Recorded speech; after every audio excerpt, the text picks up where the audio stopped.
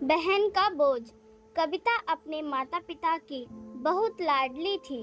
3 बड़े भाइयों की बहन थी। कोई भी चीज मांगने पर उसी वक्त सामने हाजिर हो जाती। पूरे घर में रौब था उसका। पूरे परिवार और नौकरों पर राजकुमारी की तरह हुक्म चलाती थी कविता। स्कूल में भी पूरा रौब था उसका। बड़े घर की लाडली जो थी वह। ऐसे ही उसने कॉलेज में दाखिला लिया। उसके ठाट बाट बड़ी गाड़ी में आना जाना, हर दिन नया फैशन देखकर हर कोई उससे दोस्ती करना चाहता था। थोड़े ही दिनों में उसके बहुत से दोस्त बन गए। पूरे कॉलेज में उसकी अपनी ही एक पहचान थी। इन दिनों उसके घर एक रिश्ता आया। खानदानी लोग थे और पापा की पुरानी जान पहचान थी। उनके साथ कविता के साथ कोई जबरदस्ती नहीं थी, पर कविता ने फिर भी हाँ कर दी, क्योंकि वह अपने परिवार से बहुत प्यार करती थी। वह जानती थी कि वह लोग उसका अच्छा ही सोचेंगे।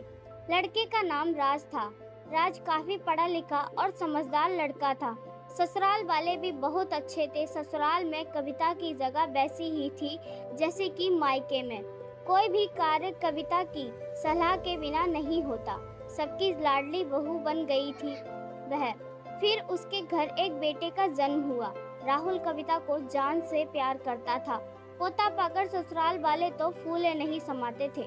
कविता कभी कभी सोचती कि उसकी किस्मत कितनी अच्छी है। उसका हर अपना उसे कितना प्यार करता है। चाहे जीवन में कैसा भी समय आए, मेरे अपने हमेशा मेरे साथ हैं। मैं कभी अकेली नहीं हो सकती। कितनी खुशकिस्मत हूँ मैं। पर शायद कविता की खुशियों को उसकी अपनी ही नजर लग गई थी। एक दिन वह मायके जाने की जिद कर बैठी। राज को बहुत काम था, लेकिन वह फिर भी उसे ले गया। रास्ते में उनकी गाड़ी अन्य गाड़ी से टकरा गई। कविता, राज और राहुल बहुत बुरी तरह से जख्मी हो गए। काफी दिनों के इलाज के बाद राज और राहुल तो ठीक हो गए, लेकिन कविता पूरी तरह ठीक न हो सकी। सर पर चोट लगने के कारण वह अपनी आंखों की रोशनी खो बैठी। अब कविता की किस्मत जैसे उल्टे पांव चलने लगी। मायके वाले कुछ दिनों तक उसे मिलने आते रहे, फिर कभी कभार फोन ही करके पूछ लेते कि अब कैसी हो। धीरे धीरे ये सिलसिला भी कम हो गया। ससुराल वालों की सहानुभूति भी कम होने लगी। घर में किसी को पास बैठने के लिए कहती तो जवाब मिलता कि बहुत काम है, अब तुम भी हाथ नहीं बटा सकती। राज भी चिड़चिड़ा हो गया था। बस राहुल ही था उसके साथ, जिसके साथ हंसते खेलते उसका वक्त गुजरता।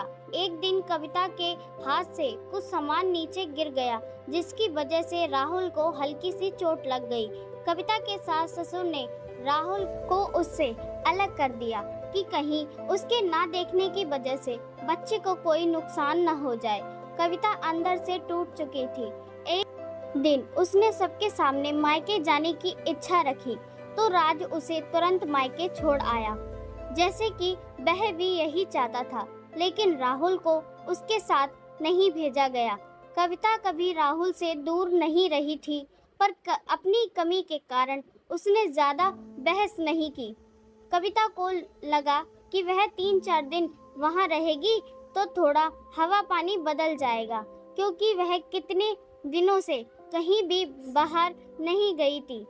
घर वाले भी इतने दिनों के बाद उसे देखकर कितने खुश होंगे।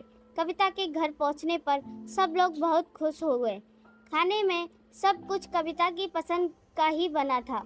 उसने अपने मम्मी पापा और भाई भाभीियों से दिल खोलकर बातें की। उनके छोटे छोटे बच्चे भी बुआ के साथ घुल मिल गए थे। रात को सोने के वक्त जब वह कपड़े बदलने लगी तो उसे पता चला कि उसका बैग तो भरा हुआ था। वह सब समझ गई। वह बहुत उदास हो गई। कुछ दिनों तक तो सब ठीक रहा, फिर जैसे सब बदलने लगा। सबका व्यवहार बदल रहा था। वह लोग जैसे थक चुके थे उससे। सब लोग घुमा फिराकर पूछने लगे कि राज कब आ रहा है उसे ले जाने। वह बहाना बना देती, जबकि वह जानती थी कि उस घर में अब उसके लिए कोई जगह नहीं। कविता से चलते वक्त कुछ न कुछ नुकसान हो जाता। थोड़ी बहुत ठोका ठाकी उससे सुनाई देती, वह टाल देती। एक दिन उसके हाथ से लगकर एक कीमती फूलदान टूट गया। छोटी भाभी ने बहुत हंगामा मचाया।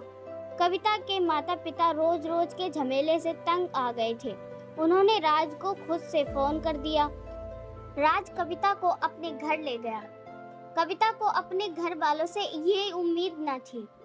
जिस कविता के कहे बिना घर में एक पत्ता भी नहीं हिलता था, उस घर के लिए वह अब बोझ बन चुकी थी। राज के साथ ससुराल आते वक्त वह बहुत खुश थी, क्योंकि वह अपने घर जा रही थी, अपने जिगर के टुकड़े राहुल के पास। परंतु यह खुशी भी कुछ पल की ही थी। सारा बंदोबस्त पहले से ही किया हुआ था। कविता को सीधे ऊपर वाले कमरे में पहुंचा दिया गया। राहुल से दूर रहने की सख्त चेतावनी दी गई। एक कामवाली लता को उसकी जिम्मेदारी सौंपी गई, जो उसके खाने पहनने जैसी जरूरतों का ध्यान रख सके।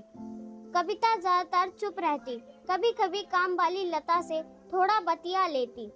उसके जरिए राहुल का पता चल जाता। सबकी लाडली बेटी और बहू सबके लिए लाडली से बोझ बन चुकी थी।